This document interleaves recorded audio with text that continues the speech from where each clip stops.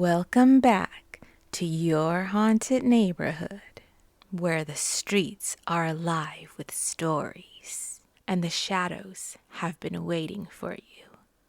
Because in this neighborhood, nothing is ever quite what it seems. I'm your host, Jody Bohr. Each week, I share true stories of haunted places, cursed objects, and chilling encounters. In your haunted neighborhood, the sidewalks creak, the windows whisper, and every corner hides a secret. And we'll slip into the shadows and uncover a story that will chill you to the bone. Tonight, one of our haunted neighbors has a story that has found its way to us and is dying to be told. So let's open the door, shall we? Step inside your haunted neighborhood.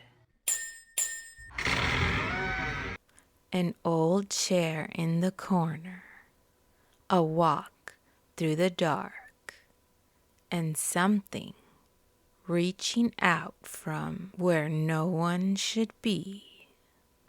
This story is called The Midnight Hands.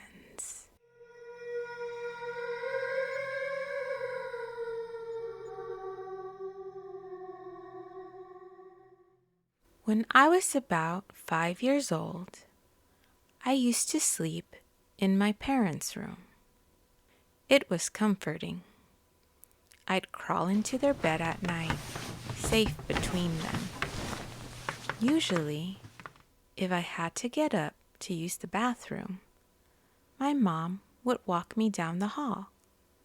But this one night, I decided I was going to be a big boy.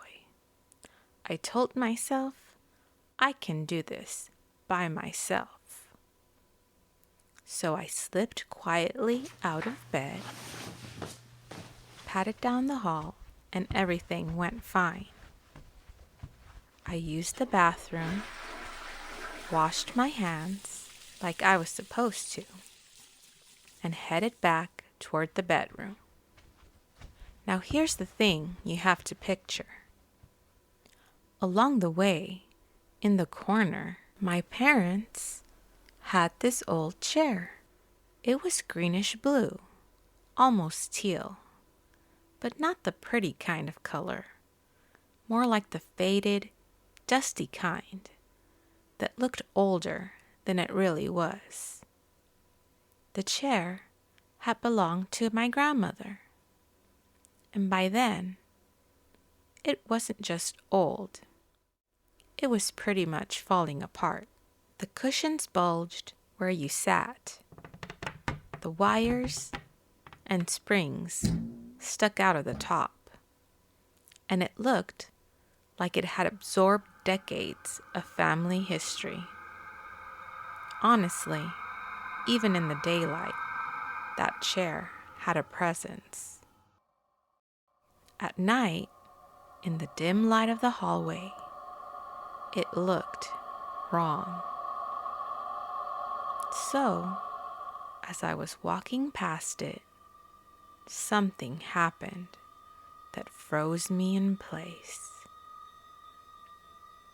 I felt 2 hands grab my ankles.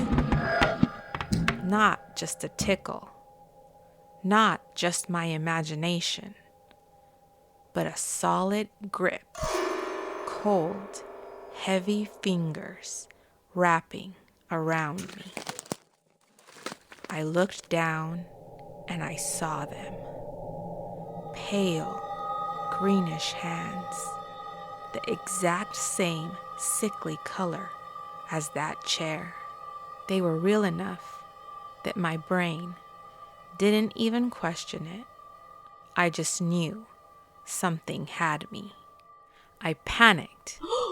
I yanked my feet free, bolted across the room, and launched myself onto the safety of my parents' bed.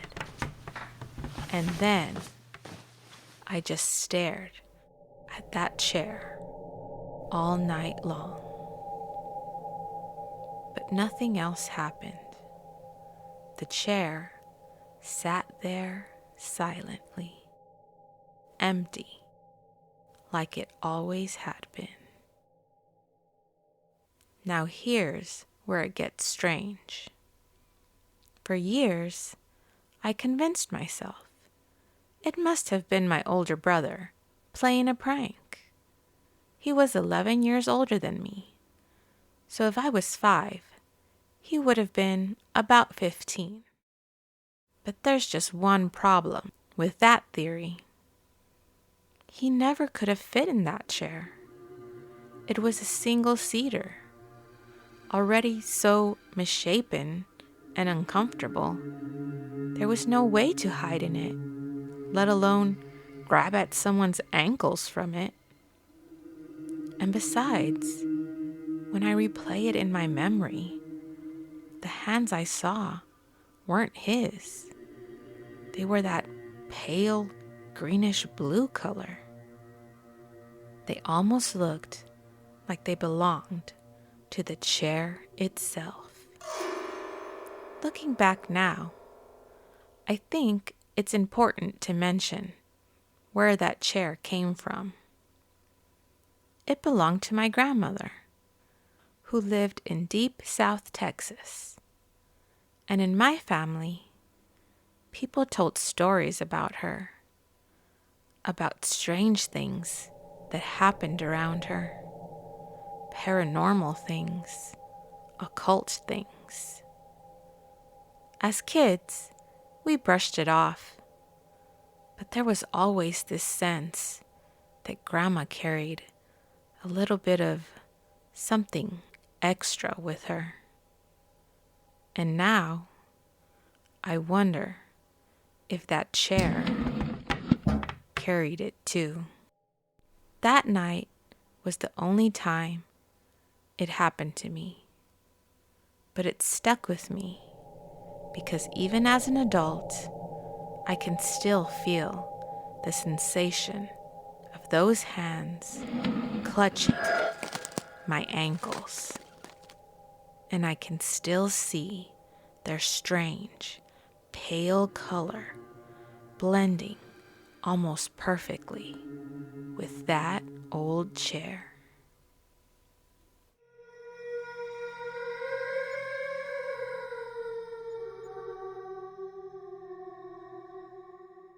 A small boy tried to prove he was brave, but the night taught him otherwise.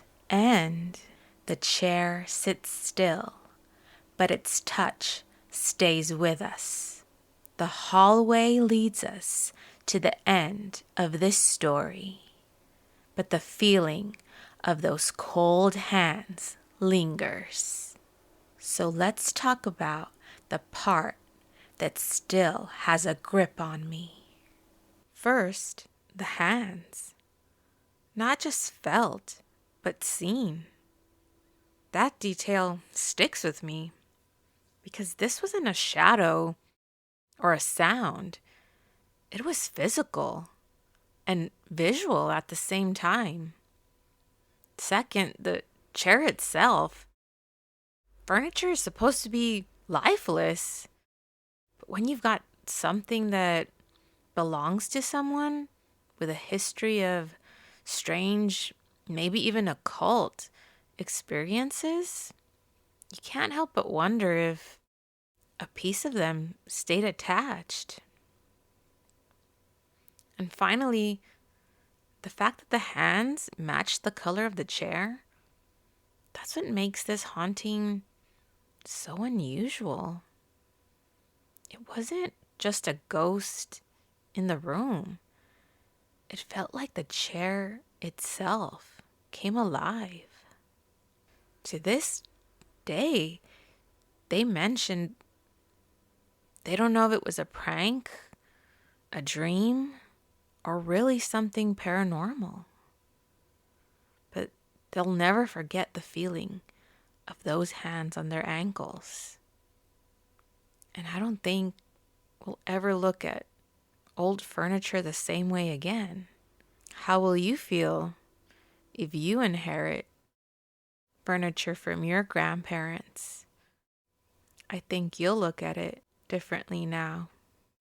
Whether you're a skeptic, a believer, or somewhere in between, thank you for following me where the sidewalks twist and shadows breathe. I hope these stories left you chilled, spellbound, and maybe even a little haunted yourself. Beware the quiet. Sometimes it listens back.